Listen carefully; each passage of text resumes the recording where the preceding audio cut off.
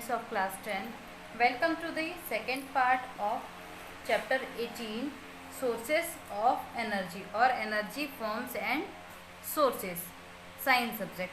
Students, in previous classes we already learned about the what is energy and what are the forms of energy. In today's class we will start with the methods of energy transfer, which we already learned in heat and temperature. Okay students, आपको मैंने पहले ही पढ़ाया है heat and temperature वाले chapter पे कि energy transfer होने के मेथड्स क्या क्या होते हैं. 3 मेथड्स होते हैं: conduction, convection and radiation. Conduction only in solids, convection liquid and gases, and radiation no mediums are needed for this. Okay, ये एनर्जी ट्रांसफ़र के या एनर्जी ट्रांसफॉर्म होने के मेथड है. Energy transformation means change of energy from one form to another form. ठीक है.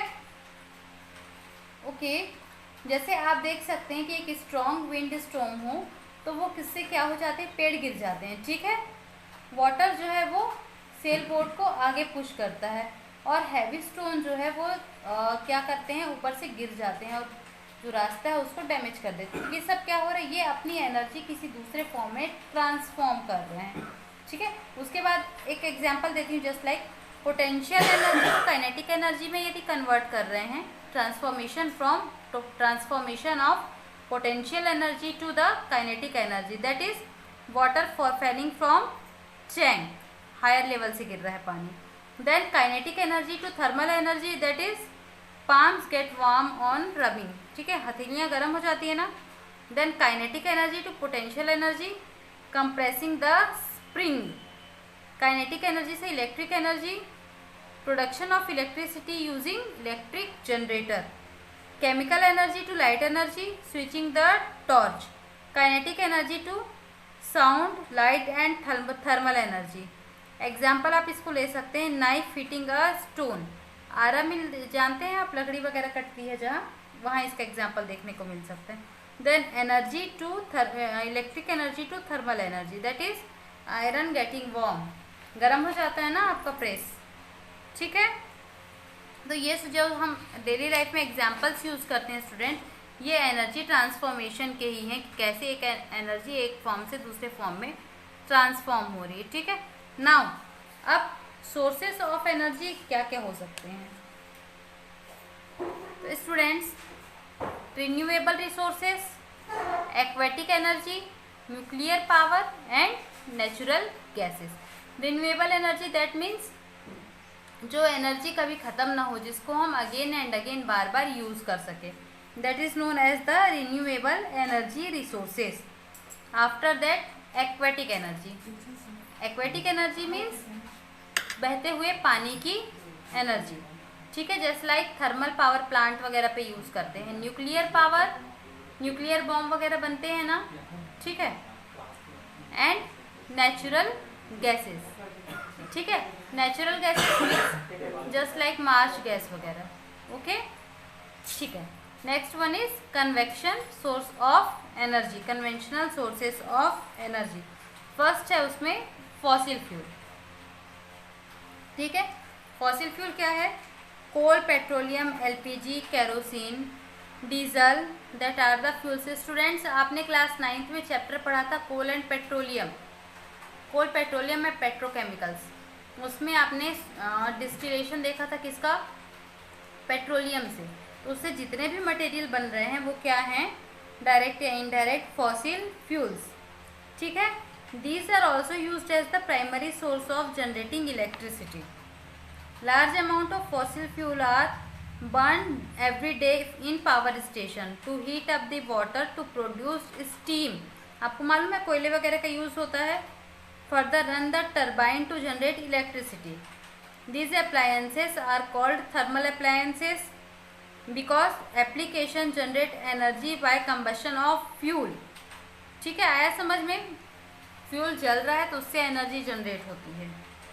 This appliances convert chemical energy of fuel into the thermal energy. Convert हो रहा है, which then get converted into the mechanical energy. अब वो किस पे convert हो रहा है, वो कन्वर्ट हो रहा है स्टूडेंट्स मैकेनिकल एनर्जी में, ठीक है, मतलब काइनेटिक एनर्जी में बाय रोटेटिंग टर्बाइंस, और फाइनली क्या होती है, इलेक्ट्रिसिटी जनरेट होती है, ठीक है। That means chemical energy, fuel में क्या है, केमिकल एनर्जी। अब वो केमिकल एनर्जी जल रहा है तो किस में कन्वर्ट हो रहा है, थर्मल एनर्जी। अब ये थर्मल एनर्जी मैकेनिकल एनर्जी में, मैकेनिकल एनर्जी से फिर क्या हो रहा है, इलेक्ट्रिसिटी जनरेट हो रही है।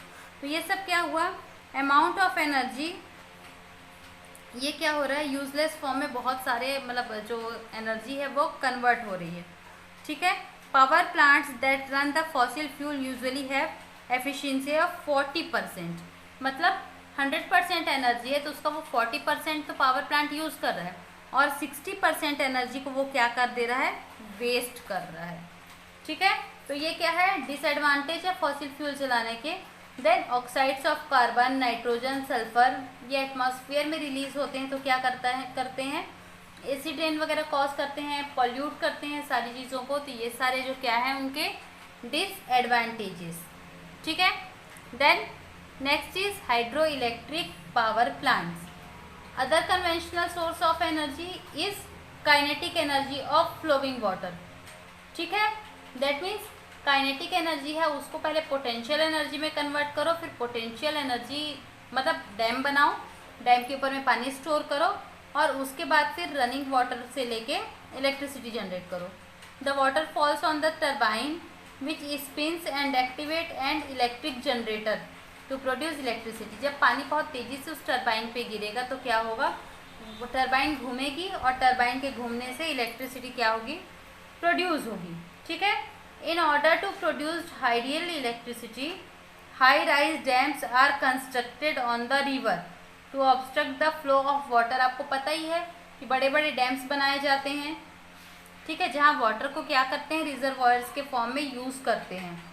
Store water falls freely from the blades of turbine and as a result the blade of turbine is spin with the help of generator, electricity is generated. Hydel electricity is renewable energy, क्योंकि rain के बाद जो reservoir है वो फिर से रिफिल्ड हो जाता है, लेकिन उसके भी बहुत सारे डिसएडवांटेजेस हैं। जैसे हाइड्रो इलेक्ट्रिक पावर प्लांट, इसके लिए क्या करता है, huge amount of agriculture land जो है वो क्या हो जाता है, सूखा पड़ जाता है। क्यों, क्योंकि जहाँ जहाँ पानी की सप्लाई होनी है वहाँ वहाँ पानी की सप्लाई रुक जाती है। भाई हमने पानी रोक लिया ना, तो पानी रोकने के लिए आएगा कहाँ से, सप्लाई को रोकना पड़ेगा, ठीक है। तो इससे क्या होगा, बहुत सारे लोगों के घर जो है क्या हो जाते हैं, तबाह हो जाते हैं, ठीक है, और इकोलॉजिकल सिस्टम भी डिस्ट्रॉय या हार्म हो जाता है। Now next one is biogas. Biogas क्या होता है, agriculture and cattle rearing are given great importance in our country. ये आपको पता ही है students. Cow dung which is called as the gobar, ठीक है, available in study supply due to the large number of livestock and agriculture waste in our country. हमारी country में बहुत सारे large number of livestocks है, बहुत सारे ऐसे मतलब जुगाली करने वाले कैटलिंग एनिमल्स है, रूमिंग एनिमल्स जो हैं गोबर देते हैं, ठीक है। गोबर cow dung cakes that is known as the कंडा और उपला, ठीक है, are burn directly and used as the fuel in rural area. गांव में कंडा ही जलाया जाता है, ठीक है, जिससे लार्ज पार्ट ऑफ एनर्जी क्या हो जाती है, लॉस्ट हो जाती है। और ये फ्यूल जो होते हैं ये बहुत ज़्यादा हीट प्रोड्यूस नहीं करते, बल्कि बहुत ज़्यादा क्या देते हैं, धुआं देते हैं, जो क्या करता है, धुआं हमारे लिए हेल्थ के लिए भी हार्मफुल है, इन्वायरमेंट के लिए भी हार्मफुल है, ठीक है। तो फ्यूल की जो है वो क्या करनी चाहिए, एफिशिएंसी को बढ़ाना चाहिए। Agree with me, okay. Wood burn होता है जब ऑक्सीजन की लिमिटेड सप्लाई, मतलब ऑक्सीजन की कमी में, ठीक है। तो क्या होता है, वाटर वगैरह निकल जाते हैं और क्या बचता है, चारकोल या कोयला। चारकोल जो है वो बिना फ्लेम के जलता है और लेस स्मोक देता है, ठीक है, हीट जनरेशन के लिए। वो क्या बोलते हैं उसको, सिगड़ी में जो लड्डू वगैरह जलाते हैं ना, ये चारकोल होता है, ठीक है। Then cow dung various plants animals like residue after harvesting of crops, ठीक है। क्रॉप्स के हार्वेस्टिंग के बाद वेजिटेबल वेस्ट, सीवेज और डिकम्पोज वगैरह जो होते हैं वो क्या किए जाते हैं, बायोगैस में डाल दिए जाते हैं। Biogas methane, carbon dioxide, hydrogen and hydrogen sulphide का मिक्सचर है। किसका किसका? Methane, CO2, H2 and H2S। ठीक है। बायोगैस प्लांट होता कैसे है? Dear students, biogas plant is dome light mixing tank, ठीक है, जिसमें ब्रिक्स की बनी होती है और स्लरी के फॉर्म में काऊ डंग या फिर जो गोबर होता है उसमें को पानी में मिक्स करके डाला जाता है। स्लरी डाइजेस्टर में जाती है, ठीक है, और जो चैम्बर होता है वो क्या होता है? सील्ड होता है। इसमें एनारोबिक रेस्पिरेशन होता है जिसमें ऑक्सीजन की ज़्यादा नीड नहीं होती। और कॉम्प्लेक्स काऊ डंग स्लरी को क्या किया जाता है? डिकम्पोज करके बायोगैस जनरेट की जाती है। बायोगैस आपको मालूम ही है, मीथेन, CH4, CH4, CO2 वगैरह का मिक्सचर होता है। बायोगैस जो होती है वो टैंक के डाइजेस्टर में जाती है और पाइप के थ्रू यूज़ हो जाती है। ठीक है। स्टूडेंट्स, जब एक बार बायोगैस बन जाती है तो उसे पाइप के थ्रू यूज़ कर लिया जाता है। ये एक्चुअली में एक एक्सीलेंट फ्यूल होता है जिसमें 75% मीथेन होता है। ठीक है। ये विदाउट स्मोक जलती है और कोई भी रेसिड्यू नहीं छोड़ती, इसलिए बायोगैस को लाइटिंग के लिए भी यूज़ किया जाता है। आप ये समझ सकते हैं कि जिस तरीके से हम गैस सिलेंडर यूज़ करते हैं, LPG सिलेंडर, उसी तरीके से विलेजेस में बायोगैस का यूज़ किया जा सकता है, क्योंकि वैसे ही वो पाइप के थ्रू ही सप्लाई होती है। ठीक है। Okay, come to the next topic, that is windmill. Students, windmill एक ऐसा इक्विपमेंट होता है जो विंड जो फोर्स लगाता है उसकी बेसिस पे वर्क करता है। ठीक है। विंड मिल की ये जो ब्लेड्स होते हैं, इससे जब एयर जो है वो टकराएगी तो ब्लेड्स जो होंगे वो क्या होंगे? घूमने लगेंगे। ठीक है। और जब ये घूमने लगेगा तो शेफ्ट भी घूमेगा, शेफ्ट घूमेगा तो जनरेटर घूमेगा, और यहाँ से जो एनर्जी है वो इस टावर में स्टोर हो जाएगी। देखो, wind cause the windmill turbine to rotate. ठीक है, इसके थ्रू ये सब हिल रहा है। Then the shaft activates to generator which produces electricity. Then transformer transforms electrical energy at high potential. ठीक है, दिख रहा है आपको। And electricity grid transmit the electricity. आई समझ में बात? ओके, नाउ इससे पहले तो बहुत सारे काम होते थे, लेकिन जो ये सेंचुरी है इसमें क्या क्या काम किया जाता है स्टूडेंट्स? तो जो गहरे कोयला खदान होते हैं और कॉपर खदान वगैरह रहते हैं, उससे पानी निकालने के लिए इसका यूज़ किया जाता है। और नाउ अडेज इलेक्ट्रिसिटी जनरेट करने के साथ साथ इसका काम अनाज पीसने के लिए भी इसका यूज़ किया जाता है। ठीक है। बट डियर स्टूडेंट्स, जैसे हर चीज़ के साथ लिमिटेशन होती है, वैसे विंड एनर्जी के साथ भी अपनी ही कुछ अलग लिमिटेशंस है। वो क्या क्या है? जैसे विंड एनर्जी जो है वो हर जगह पे और इनफ अमाउंट में अवेलेबल नहीं हो सकती।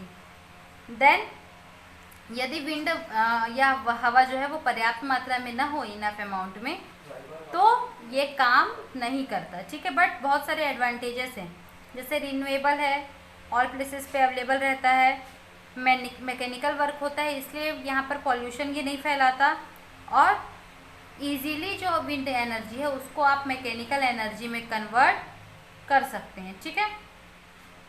विंड मिल में सबसे ज़्यादा या विंड एनर्जी का यूज़ सबसे ज़्यादा किस पार्ट्स में किया जाता है? Just like Gujarat, Rajasthan, then western Madhya Pradesh, then sea plates में, okay, Tamil Nadu, bay of Bengal, Arab Sagar, और सम पार्ट्स ऑफ कर्नाटकाज में विंड एनर्जी का यूज़ इनफ अमाउंट में किया जाता है ना। एक और चीज़ है विंड एनर्जी के संबंध में, that is wind energy power station. ठीक है। जो मैंने अभी आपको टरबाइन की बात बताई वो किससे रिलेटेड है स्टूडेंट्स? इलेक्ट्रिसिटी जनरेट के। और electricity generate that means power station. Okay, come to the next topic. Here students, our next topic is alternate sources of energy. और क्या क्या एनर्जी सोर्स हम यूज़ कर सकते हैं? तो स्टूडेंट, सबसे पहले जो लार्जली अवेलेबल एनर्जी सोर्स है वो है हमारे पास सोलार एनर्जी, जो इनफ अमाउंट में प्रेजेंट होता है, सभी जगहों पे प्रेजेंट रहता है, और जिसका हम बहुत ही इजी से यूज़ कर सकते हैं। ठीक है। इसके लिए आपको पहले सन के बारे में जानना पड़ेगा स्टूडेंट्स, कि जो सन की रेडिएशन है, ठीक है, या सन में एनर्जी का सोर्स क्या है। क्योंकि आपको मालूम है डायरेक्ट या इनडायरेक्ट सभी एनिमल्स में या सभी प्लांट्स में जितने भी लिविंग ऑर्गेनिजम्स है उन सभी का एनर्जी पैक क्या है, उन सभी का एनर्जी पैकेज है सन। बट सन में एनर्जी क्या है?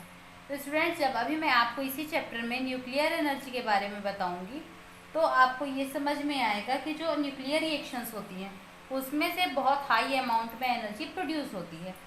सन में भी एनर्जी सोर्स न्यूक्लियर रिएक्शन ही है, actually nuclear fusion. Nuclear reaction 2 types के होते हैं, या तो फिशन होगा या तो फ्यूज़न होगा।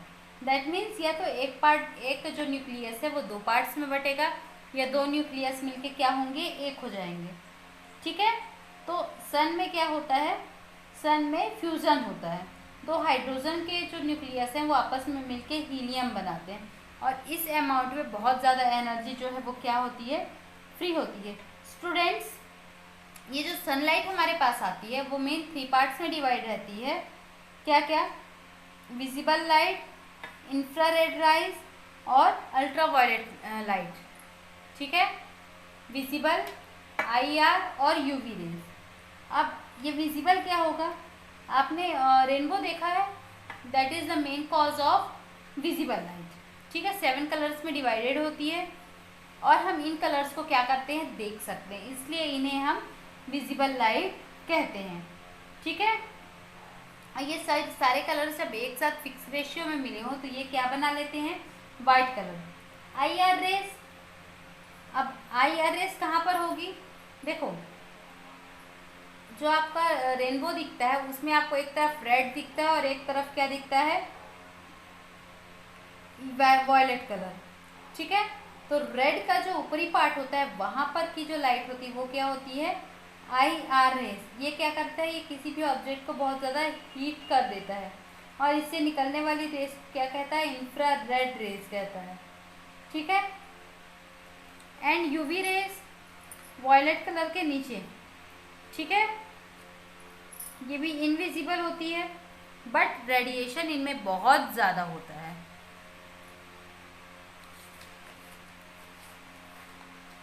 अब नाउ स्टूडेंट्स आपको मालूम है कि जो सन है वो अर्थ का कितना % एनर्जी एब्जॉर्ब करती है,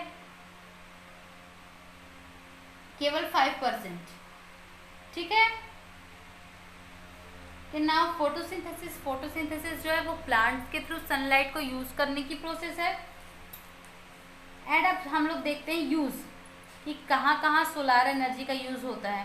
तो स्टूडेंट्स सोलार एनर्जी का use solar cooker and solar geyser वगैरह रन करने में किया जाता है। देन सौर सेल के यूज़ करके हम क्या करते हैं, सन एनर्जी को डायरेक्ट इलेक्ट्रिसिटी में कन्वर्ट कर सकते हैं। थर्मल स्टेशंस पर जो एनर्जी ट्रांसफॉर्म या एनर्जी का जो यूज़ हो रहा है, ठीक है, वो किससे किया जाता है, वो सोलार एनर्जी की हेल्प से किया जाता है। एंड देन प्लांट्स और एनिमल्स को फूड गेन करते हैं सोलार एनर्जी से ही, और सोलार एनर्जी ही क्या है, अर्थ पर एनर्जी सोर्स है। ठीक है, अब कलेक्शन कैसे करोगे लेकिन आप सोलार एनर्जी का, भाई अर्थ में सब जगह पड़ रही है लेकिन आप उसको कलेक्ट कैसे करोगे। ओके नाउ, तो 2 टाइप का हो सकता है, या तो हम उसको सीधा सीधा कैच करें और या तो क्या करें, मिरर लगा के कैच करें। स्टूडेंट सीधा सीधा कैच करने के लिए आप किसी भी सरफेस पे ब्लैक पेंट कर दो, जो सन एनर्जी है वो उस पर आके एब्जॉर्ब होगी और सारे को क्या कर देगी, हीट कर देगी बहुत ज़्यादा। ठीक है, एंड क्योंकि इसमें ग्लास नहीं लगा है तो इसमें हीटिंग की अमाउंट लिमिटेड होती है। और यदि मान लो हमको बहुत तेज़ गर्मी चाहिए, टेम्परेचर बहुत ज़्यादा बढ़ाना है, तब आप क्या करेंगे, think about that, what you will do.